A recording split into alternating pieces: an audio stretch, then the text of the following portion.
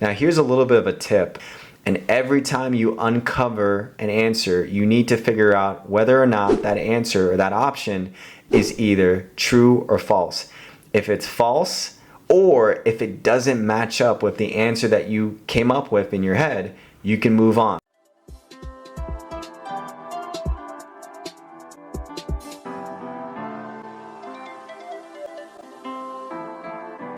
What is going on, everyone? Welcome back to the channel. My name is Phil Sarpon. This is Phil's Guide to PsyD. This channel is dedicated to all things psychology, wellness, and graduate school. Today, the first thing that I really want you to visualize for yourself is that I want you to imagine that you are in an interview process.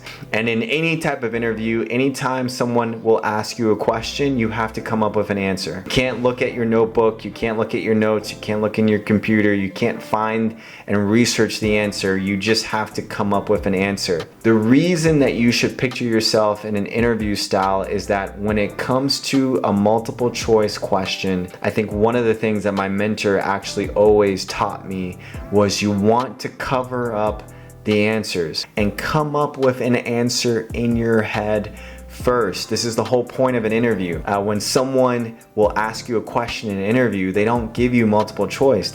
You're just supposed to come up with the answer. And that same concept is built from multiple choice questions, is that answer could be right or wrong, but it's important for you to go through the process of coming up with an answer.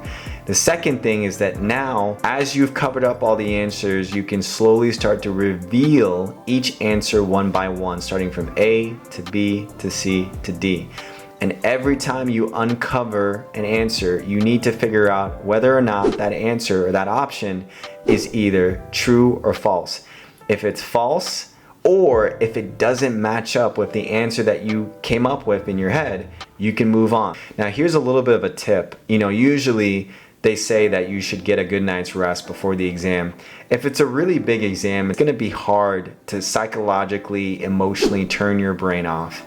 Even though you probably won't get the best night of sleep the night before an exam, you'll be kind of anxious and kind of ready to take the exam. That's actually okay. In fact, what research and evidence shows is that the night before the night of the exam is actually more important. And so if the exam, let's say, is on Wednesday, it's actually not that important for you to get good night's rest on Tuesday. If you can get good night's rest on Tuesday, absolutely do it. But if you're not able to fall asleep and all of that stuff, that's okay. What's more important is that you get good night's sleep on Monday, right? So if you get good night's sleep on Monday, Tuesday you might be a little restless, it's right before the exam, but at least you got some good sleep the night before. Thing that I think is really important as well is planning something fun to do the day of after you take the exam. Whether it's a movie, whether it's a night out, you go to dinner, you spend time with family and friends. You want to give your brain something to look forward to, especially if you've been grinding it out throughout the whole week or throughout all of the months or whatever it is. You want to give your brain and your body something to look forward to. And one of the things that I've also encouraged students to do is the day before the exam, take off from studying. Don't study at all. Do something fun, do something relaxing, go to the chiropractor, get a massage, go exercise, go work out, go sleep, go do something fun, read a book, whatever it is for you.